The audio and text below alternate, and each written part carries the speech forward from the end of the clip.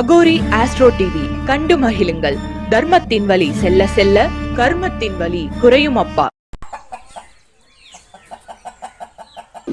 அடுத்ததாக மீனாட்சி பெரம்பூர் அம்மா அவர்கள் சிறு உரையாற்றுமாறு கேட்டுக்கொள்கிறோம்.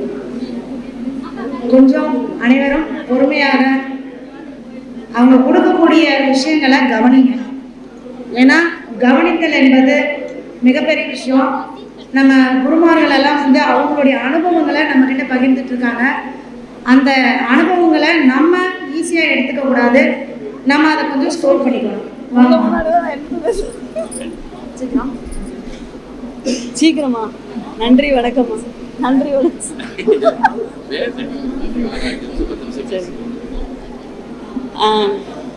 சரவணபவ ஜோதிட அறிவாலயத்தின் ஒரு மாபெரும் விழா இன்னைக்கு நடந்துட்டு இருக்கு. ரொம்ப சிறப்பான விழா. இங்கே வந்திருக்க எல்லாருக்குமே என்னுடைய வணக்கங்கள். பெரிய பெரிய ஜோதிட குருமார்கள் சபையில் இருக்காங்க. அவங்க எல்லாத்துக்குமே சிரம் தாழ்ந்த பணிவான வணக்கங்கள். எய்தாப்பில் உட்காந்துருக்க சகோதரிகள், இங்கே மேடையில் இருக்கிற அனைத்து சகோதரிகளுக்கும் எனது பணிவான வணக்கங்கள். மிகச்சிறப்பான விழா. ரொம்ப நேரம் கம்மியாக இருக்குது. எப்பயுமே நம்ம அதிரடியான பாயிண்ட்ஸ் அப்படிங்கிறதுனால இன்னைக்கு என்ன சப்ஜெக்ட், பொதுவாக தன்னம்பிக்கை மிகுந்த ஜாதகங்கள், என்ன வந்தாலும் தூக்கி போட்டு யார் போவாங்க, இந்த மாதிரி ஜாதகங்கள் எப்படி இருக்கும். தல அஜித்குமார் நமக்கு எப்பயுமே ஒரு வாழக்கூடிய ஒரு எடுத்துக்காட்டாக இருப்பார். கடக லக்னம், அவர் கடக ராசி.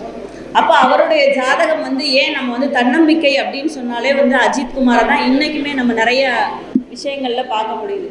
பொதுவாக நம்ம ஜாதகத்தில், அதாவது நம்ம செல்ஃப் கான்ஃபிடென்ஸ் லெவல்ங்கிறது எங்கேருந்து ஸ்டார்ட் ஆகுது?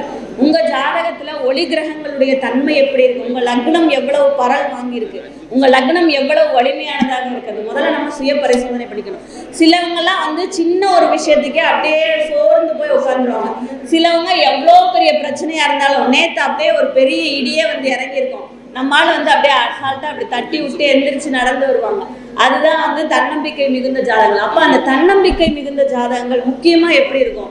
மெயினாக யார்? மேஷ, சிம்மம், தனுசு. இயல்பாகவே உங்ககிட்ட தன்னம்பிக்கை, போர் குணம் இதெல்லாம் அதிகமாக இருக்கும். ஏன்? அதுக்கு காரணம் என்ன?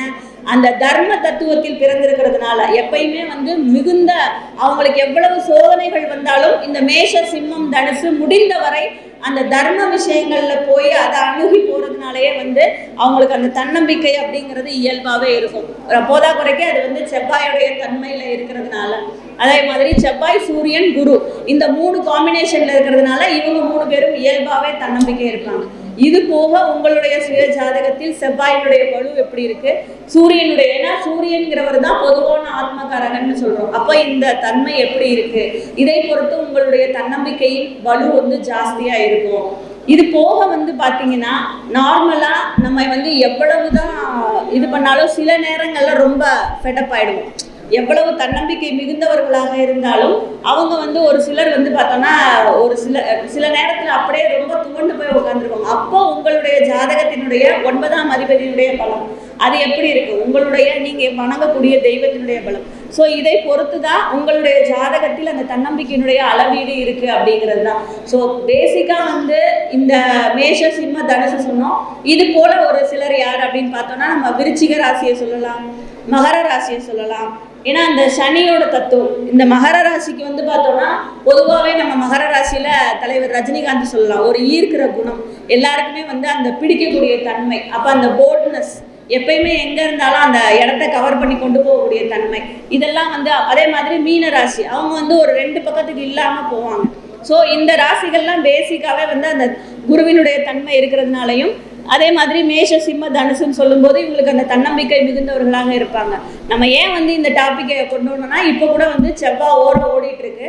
ஸோ அப்போ அந்த செவ்வாயினுடைய அந்த ஆளுமை யாருக்கு ரொம்ப அதிகமாக இருக்கோ அவங்க கிட்ட இயல்பாகவே தன்னம்பிக்கை இருக்கும்.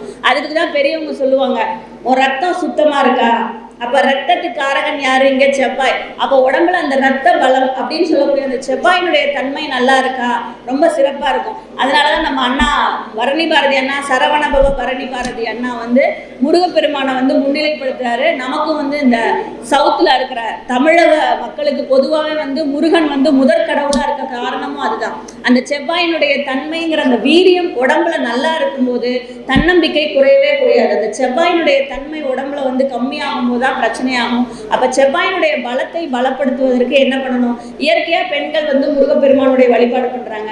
நார்மலாக நம்ம காலையில் சாப்பிடும்போதே இந்த ரெட் கலர் ஃப்ரூட்ஸ்ன்னு சொல்லக்கூடிய அந்த செவ்வாழையாக இருக்கட்டும், இல்லை இந்த மாதுளம்பழமாக இருக்கட்டும், இதை இயற்கையாக எடுத்து சாப்பிடும்போதே உங்கள் உடம்புலையும் வந்து தன்னம்பிக்கை இல்லாத ஜாதகமாக இருந்தால் கூட தன்னம்பிக்கை வந்து இது ஒரு சிறந்த பரிகாரமாகவும் எடுத்துக்கலாம்.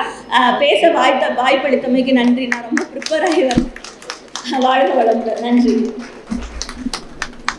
திரு மீனாட்சி பரமகுரு அம்மா அவர்களுக்கு சரவணபவ ஜோதிட அறிவியலத்தின் சார்பில் சிறு மரியாதையாக பொன்னாடை போட்டி வெள்ளிக்காயும் பரிசளிக்கப்படுகிறது.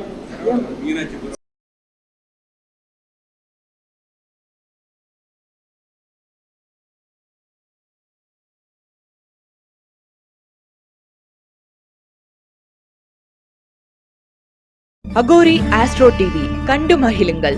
தர்மத்தின் வழி செல்ல செல்ல கர்மத்தின் வழி குறையும் அப்பா.